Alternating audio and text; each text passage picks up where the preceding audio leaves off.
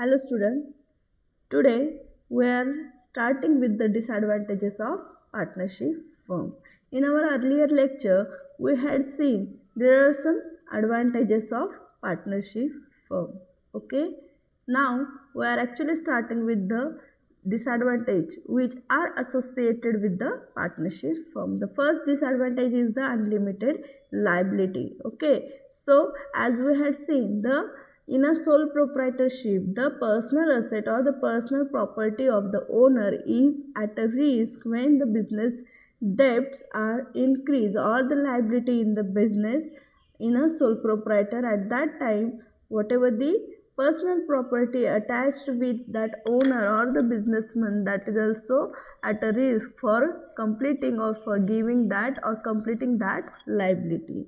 Likewise, here is also the unlimited liability in the partnership firm. Okay, so whatever the number of a partner involved in that partnership firm, they have unlimited liability towards that partnership firm.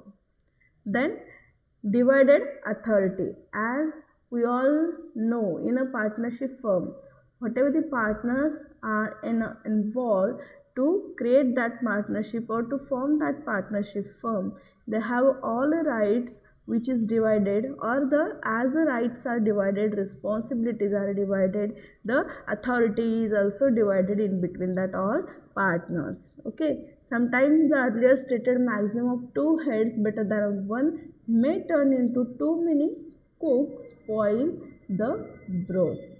Okay, so each partner can discharge his responsibility in his concern individual area. Okay, so there may be chances of each partner they are going to deliver their responsibility as per their concern, but in case of areas like policy formulation for the whole enterprise, there are chances for conflict between the partners. Okay, so to formulate the various policies to run the business successfully or the enterprises on a whole enterprise. Okay, at that time there is a chances that conflicts are going to be arise between the partner to decide some specific policies. Okay, then disagreements between the partners over enterprise matters have destroyed many a partnership. So there may be disagreement within a partners on a specific particular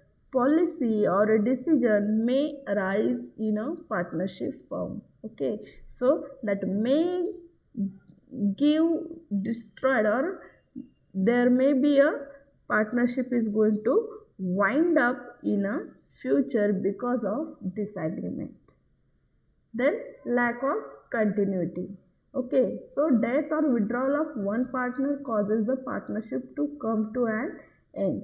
If any partner is withdraw his partnership or any circumstances happen like death or insolvency, at that time the partnership is going to be discontinued. So there remains uncertainty in continuity of partnership. Then fourth one is the risk of implied authority. Okay, so each partner is an agent for the partnership businesses. We all know all are having the authority.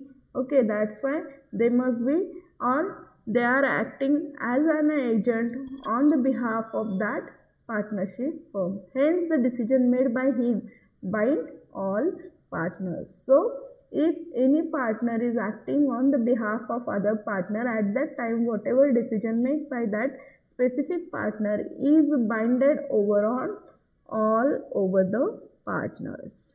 At times incompetent partner may land the firm into difficulties by taking wrong. Okay, if any partner who is going to take a decision, if he is not competent to take that decision, at that time that firm may be come into difficulties because of by taking a wrong decision, which risk involved in a decision making taken by one partner is to borne by other partner also. Choosing a business partner is therefore much like choosing a marriage mate life partner. Okay, so it is obviously going to be said that like whatever the business partner is going to be chosen by the person is probably as like as to choosing the marriage mate of a life partner.